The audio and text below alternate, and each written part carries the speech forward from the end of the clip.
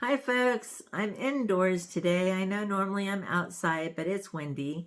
It's cloudy. The sun, peeks through here and there, but far more comfortable inside. We are in the state of Maine. So I have a story here from my mama. And I thought I'd read it before, but apparently I hadn't because she asked me to, or I asked her to clarify a few things because anyway, I'm just going to read it. Why don't we just get to it? Okay. Oh, before I begin, please hit the subscribe button. I have a bunch of viewers, but not near enough subscribers. Now, when I first started watching YouTube, I didn't know what it meant when people said hit the subscribe button. I truly didn't until somebody, put on the directions. Now, if you're new, and you're watching TV, typically it's up in the right-hand corner. It'll say subscribe. There'll be a thumbs up and a thumbs down. If you'd hit the subscribe and even the thumbs up, I'd really appreciate it because that helps me. It also helps you, but it helps me, and I need the help.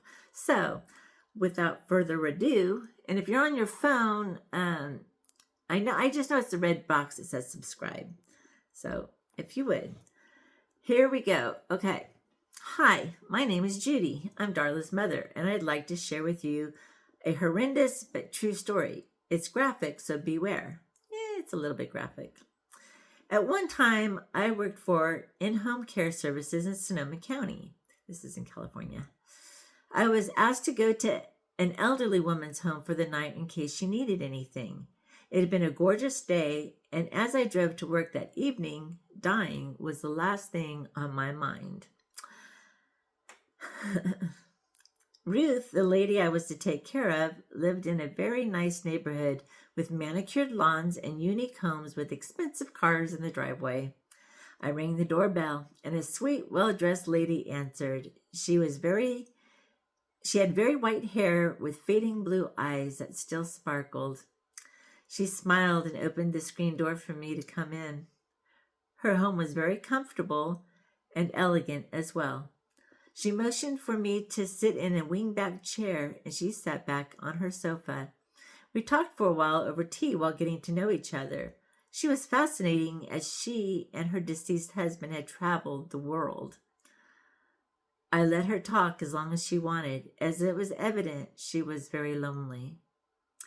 It wasn't long, though, before she told me she was getting tired and would like to get ready for bed. So I got up with her and followed her to her room. She showed me where my bedroom was, down the hall from hers with the bathroom in the middle. Her room was by the kitchen as well. She was a petite little thing and as sweet as she could be. I got her into bed and pulled her blanket up to her neck and tucked her in. I then turned out the lamp on her nightstand and quietly walked back into the living room. I fluffed up a few cushions, picked up the teacups, and took them to the kitchen to wash. I then turned off all the lights and went to my room. I quickly got ready for bed and crawled into a cool, crisp sheets. It was a day bed and was rarely used. I quickly went to sleep as it was very comfortable. In the middle of the night, I got up to use the bathroom. I sure wasn't ready for dying. When I got up from the abode, I fell face to the floor. I was so powerless over my body and getting weaker by the second. I literally crawled, one trying pull at a time, down the hall to get to the phone by the kitchen. It took much of my strength to pull the phone cord until the phone itself fell down by me. I called my daughter, not me, a different daughter, to come and get me, but she thought it was a prank call and hung up. I wanted to just stay where I was because I was so weak, but I knew I had to crawl into my poor lady's bedroom. I'll never know how I was able to finally pull myself to her bedside. Ruth was very calm. I'm sure she heard me struggling to get to her and the noise of the phone falling. I told her not to be afraid, that I was very ill, and would she please call 911. I pulled myself away from the bed, and that was all I had left. I could not move an inch. I was dying. but I didn't realize it then. Suddenly, I lost control of my bowels. There was feces everywhere on her beautiful carpet, but I couldn't talk to her to tell her how embarrassed and how sorry I was over everything. I truly didn't think about anything. I was too ill. The paramedics arrived, and then I was mortified because of my stinky feces everywhere. Poor Ruth just lay very still in her bed. Her daughter was on her way. I remember the clank and the pull of the gurney. I was aware of my surroundings off and on, and I was just out of it. I was being jerked around as they lifted the gurney into the ambulance, but I didn't care. I was very calm and peaceful, and there wasn't any pain at all. The paramedic, on the other hand, was frantic. He kept talking to someone saying that this was code blue, code blue. I didn't know what that meant until much later. I remember looking at the bright, colorful lights of the ambulance. It was as if I were a part of them. I was looking down at my body and feeling amused because the paramedic couldn't find my vein. And then my arm was swelling up as well. I remember waking up. I was in the hospital on a gurney with a sheet over me. So apparently she didn't remember the ride. There were several doctors there. Had I died? I asked one of them if they could clean me up. He seemed startled and immediately came over to me. I was cleaned up. A doctor then came over to me and said that they had no idea what had happened to me, and of course, to follow up with my primary care physician. They called my daughter to come and get me, again, the other one, and when she saw me, she was in shock.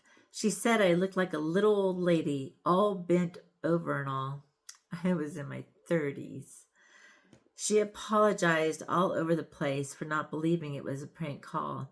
She said I looked like death warmed over. Ha! If she only knew. When I was finally able to go back to Ruth's to apologize for everything, I brought the clean towel I was given as I lay on her bathroom bedroom floor. She was so kind. She reassured me that it wasn't my fault. I got so ill. She smiled and told me to keep the towel. I guess I would have too. I asked if I could pay for the cleaning of her carpet, but she said her daughter took care of it. I think it may have been a near-death experience I had. I don't know, but I can tell you this. I was at peace, and death doesn't hurt. That's a great story. And it's a true story.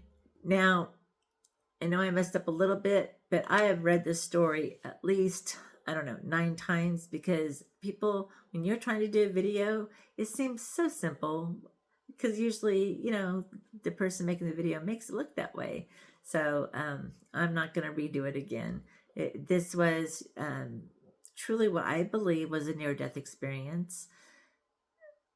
If anything, it was an out-of-body experience because she could look down and see the paramedic being frantic and trying to find where the needle would go into her arm. And she just felt like she was one with the lights. So that's pretty amazing. And then to have the sheet pulled over her, that's usually done when the person's passed away. And the doctor was shocked that, she came back to life. And then there's always the usual follow-up with your primary care physician. That part cracks me up because that's so true, and it always happens when you go to the ER. All right, folks, thanks for joining me. And remember, I want to hear your stories too. Write to me at mecalgal, MECALGAL @gmail.com. I am not looking for fiction. I'm looking for the real deal. Share with me your paranormal experiences. If you had an experience with the guardian angel, cryptids, UFOs, anything. Share your stories. You can share your true stories if you had a nosy neighbor like I did and they made your life horrible.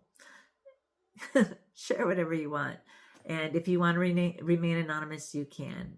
Okay, folks, hit the subscribe button, write to me, and I will get back to you again with another story soon. Take care.